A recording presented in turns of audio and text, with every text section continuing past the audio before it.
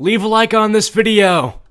Thanks. Welcome to episode 4 of Cringe Gen Z Moments. We are back at it again. In case you're new to this series or the channel in general, in this series we look at some of the worst things said or posted by Gen Zers. And yeah, let's just get right into it. First time hearing Mozart.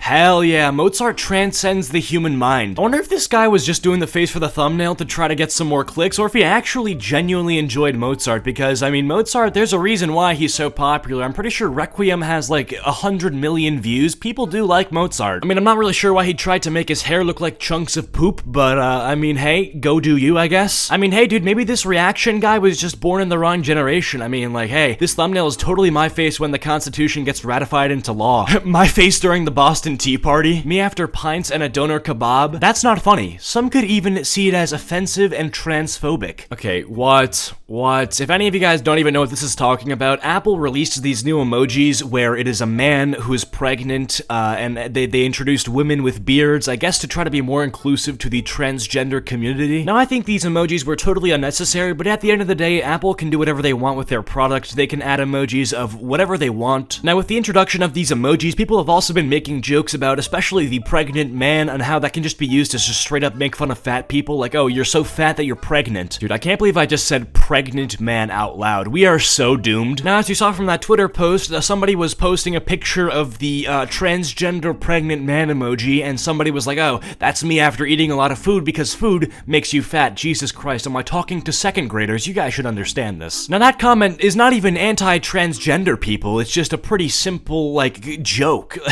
Like, what? And yeah, immediately you have people calling it transphobic because people on Twitter do not go outside whatsoever. They are just lonely, cringe, and most likely self-identify as a socialist, democratic socialist, or a communist. That's just generally what I've observed. I just relied 2021 backwards is 2012. What? Actually, 2021 backwards is 12,002, so I don't know where you got 2012 from. Very not accurate at all. Side note, by the way, I'm assuming everybody watching this remembers 2012. What a great year. I don't know about you guys, but I tend to look back at some things from my childhood with just great joy. Some of the catchiest songs, I would argue, of the modern era have come out in 2012. What do we have? Like Call Me Maybe by Carly Rae Jepsen, Payphone, Maroon 5, Glad You Came by The Wanted, Whistle Flow Rida. I mean, there are so many good songs. Also, Wreck-It Ralph came out in 2012. I remember Tobuscus as a YouTuber was popping off in 2012. Same thing with Captain Sparkles. Oh, so many memories. Comment down what your favorite childhood piece of media was, whether that be a TV show, song, whatever. I'd love to see what you guys have to say. Why can't we put nicotine in salad and get addicted to salad? Popular girl in my health class, 2019. Now, I'm assuming all of you guys know, but in case you didn't, nicotine is an addictive chemical that's present in things like cigarettes and vapes, Juuls, that sort of stuff. Now, just from one quick Google search, you can see that nicotine is known to cause decreased appetite, heightened mood, increased heart rate, blood pressure, nausea, diarrhea, and increased alertness. Now, I know that nicotine is at its worst when it's being inhaled from a cigarette or a vape or something like that, so I don't really know how bad it would be if it was consumed in a salad. I'm pretty sure what happens when you smoke a cigarette is that the nicotine creates like a sensation in your brain and it like makes you immediately happy or something. I could be wrong on that, don't quote me. And I don't think that would happen when you eat a salad because instead of inhaling the nicotine, you're consuming it like through your stomach, so I don't think it would have the same effect. I think a good way to avoid this discussion altogether is to just not smoke or vape anything in the first place. I mean, shit, dude, if you're at the point where you need to drug up your salad in order to get your fix of a certain drug, like, bro,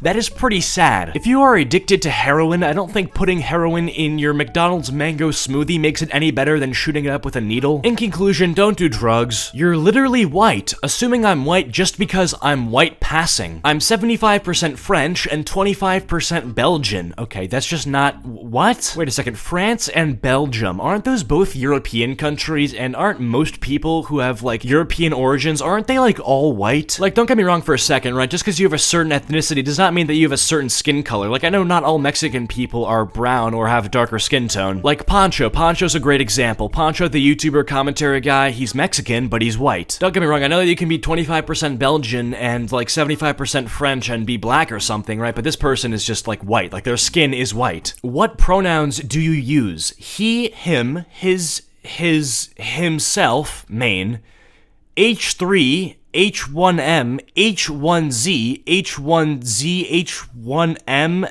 S3LF,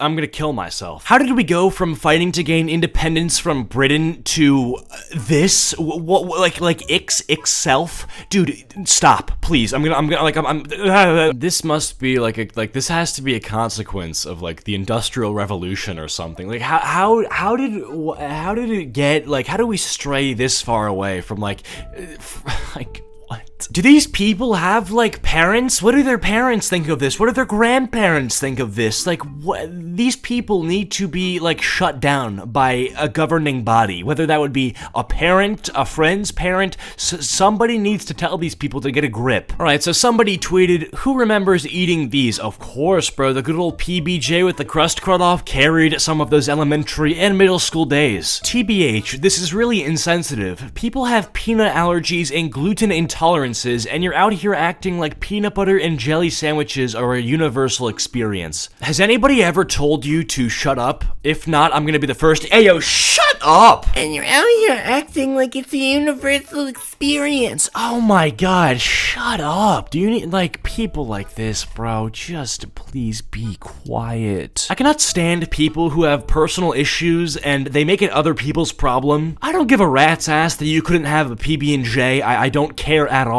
I saw another post that had the same similar message where it was saying that during summer we should be wearing long sleeve clothes to cover up our bodies because some of us have traumatic scars or body scars from traumatic incidents. Like, I'm sorry, bro, sounds like a you problem. I'm still going to be rocking the Pokemon tank top. Like, you're gonna have to cope with that, dude. I'm not gonna be wearing a coat in the middle of August because you want to feel not like as weird when you're the one wearing a coat because you have to cover up like some scars, bro. Not my problem. Does anybody know a disorder I could self-diagnose that isn't too weird but lets me say slurs?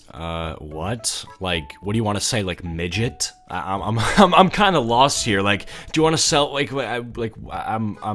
I'm a little bit confused. Let me get this straight. If you, like, went around telling your class that you have terminal brain damage and you think that that would be worth it all because you can say the R word or something like that. Funny thing is, there are people who are actually like this. There are people who try to come up with disorders that they have just so they can say words that they think that other people shouldn't be allowed to say. In my opinion, if you know very well that you have no sort of cognitive issues or anything like that and you're trying to go out of your way to try to find one just so you can fit in and gain sympathy points, that in my opinion is more offensive than literally calling a disabled person the R word. Anyways, that's gonna wrap it up for today's video. If you guys enjoyed, be sure to subscribe and like the video if you haven't already. Comment down pizza mayonnaise if you made it to the end of the video, and I'll try to heart your comment. Special thanks to all of my channel members as always. Be sure to follow me on my Instagram, Twitter, and join the Discord server. Links are all in the description below. Finally, have a great day. I'll see you later.